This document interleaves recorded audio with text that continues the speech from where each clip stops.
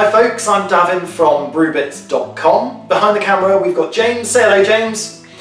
Today I thought we would show you one of our best-selling homebrew beer kits with all of the equipment and the ingredients to get you going from scratch. It's called the Microbrewery. It comes with all the equipment, as I said, but this one also comes with an India Pale Ale. It comes with two other different beer kits that you can choose from. You'll find those on our website. You can either get an amber ale or a pale ale. Don't get confused with a pale ale to an India Pale Ale because they're two totally different beers. What you've done though, once you've actually made up your first beer kit, try the other beer kits because you can buy them separately. So, let's see what's in the box. First thing that we've got in the box is your lid. It's got a hole in it and it's also got a little black washer. I'll show you that in a moment. We've got a barrel. Oh, nearly dropped it. And we've got a hole at the bottom, which is where we're going to put our tap in. And we've got a cap on here already. Hopefully, there's going to be a different cap in here for us to replace it with in a moment. We've got big brewing buckets, and on the side here we've got a little scale to tell you your litres or your gallons. Very, very useful when we're trying to put water in it to get it up to 40 pints. We've got a heavy brown box. Don't drop this. This is your beer kit. I'll show you what's in there in a moment. And then we've got a bag. Lots and lots and lots of things in this bag. So, first thing is a big tube. That's your siphon. We've got a plastic. This is what we call a trial jar. This is what we take samples of our beer in. And the reason why we take samples of our beer is to pop this little baby in, and this is called a hydrometer. Be very careful with it. It's very fragile, made of glass, and breaks very easily. I've broke a lot in my time. And this tells us how much sugar's in the beer and when the beer is finished fermenting. We've got our beer paddle for stirring all our beer and getting some air into it. We've got the tap for our barrel. I'll show you that in a moment. Okay, we've got a pot of sterilizer. This is one of the most important things to have when making beer or wine or cider or anything. Everything that needs to come into contact, including the buckets, your beer paddle, your siphons, your hydrometers, that all needs to be sterilised before it comes in contact with your beer. And this is the stuff to do it with. Okay, right, we've also got, yes, this is our other cap for our beer barrel. So one of the things we're going to need to do is just take the top off here and replace it with this one. And now, the reason why we need to replace it with that one is so that you can use these two little bits. And in here we've got a gas canister. This has got carbon dioxide in, and we've got this little red tool. Carbon dioxide canister fits in that. And then what you then do is when you find that the flow of beer coming out of your barrel is just coming down to a trickle, you can twist that on and it will give a shot of carbon dioxide into it and put some more pressure into the barrel. Okay, but what else have we got? Okay, we've got a tap.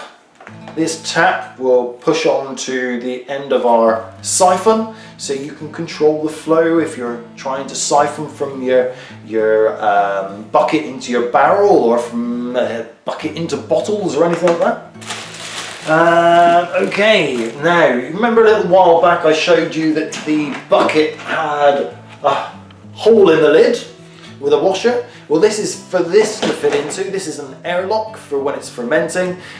Basically, you put a little bit of your sterilising solution in the bottom here, only up to about my finger, and that prevents any bacteria, nasties or bugs or whatever getting into your beer and turning it to vinegar, but is also quite pleasing as well. When it goes bubble, bubble, bubble, bubble, you can see it fermenting. It also tells you, or gives you a good indication when your beer is finished fermenting, because you'll see no more bubbles flowing through.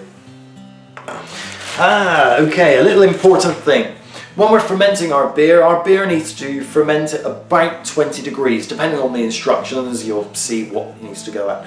And this is a little thermometer for you to stick on the side of your bucket so you can keep track of what the temperature is. Oogie kooky, you have a couple of, a few bits. This is the instructions for your beer kit, so I'll pop that with that. This tells you, it's basically a checklist, making sure you've got everything in. Your guarantee, from Young's, saying you can't basically go wrong with making beer. Your instructions on how to use your hydrometer, and your instructions on how to put your pressure barrel together, and a few other bits and bobs, a few other tips. Okay, let's pop the box out of the way. I'll show you what you need to do with your barrel and your tap. Okay, let's pop that off the top so I don't accidentally get it going. Oh, my handy pot of Vaseline. Homebrewer with a pot of Vaseline? What's going on here? You need a little pot of Vaseline. I've got a big pot because I do a lot of brewing. You can use one of those little metal pots if you want. And all you're going to do is take a finger full of Vaseline, obviously not going to do it with this one, and you want to smear it around your threads on your tap, and then quite easily your tap just screws in, it goes in hand tight, about that, and this little tap on the front here moves independently so you can do it. Make sure when you fill your barrel with your beer from your bucket, it's obviously in the off position. Okay, let's take a look at what's in your beer kits. Ooh. Let's get rid of the Vaseline, shall we? So in your beer kit, you need to be very careful when you open your beer kit, because there's a big pouch of gloop. This is heavy, by the way. This is your malt extracts. This is the stuff that's going to make your beer. So as you saw me open it up then with a knife, you need to be really, really careful that you don't cut into that bag. It's thick like black treacle. You've also got a little bag of priming sugar. That actually goes into the barrel, but your big bag of sugar, some yeast, and a bag of hops as well. So the simple process is that with that goes in the big bucket, stays in the bucket for about a week till it's finished fermenting, and you check that it's finished fermenting with your hydrometer and your trial jar with a little sample. Once it's finished fermenting, that goes into your barrel, and then you basically siphon the beer into your barrel using your siphon, and once it's in your barrel, you put it back in a warm place for about another week for a secondary fermentation to take place. Then you transfer it to somewhere cool. You put the whole barrel somewhere nice and cool for it to start clearing. If you can wait a week, fantastic, you'll start having clear beer. If you can wait a month, you'll have fantastic beer. If you can leave it a little bit longer, you'll have amazing beer. Just one last thing before I let you go. This little black washer is a little bit fiddly. Come on in, James, have a quick look at this. Because what you need to do is you need to squeeze it in. You can see why they don't do this at the factory for you. Yep, it will go in there, I promise. And just tease it in. There we go. That's for that. And that's where your fermenting airlock fits. Easy as that.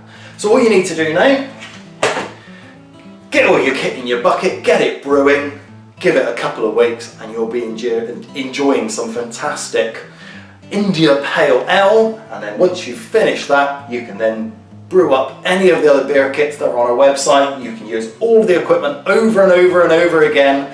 Lots and lots of pints, and lots of time to be merry. Enjoy!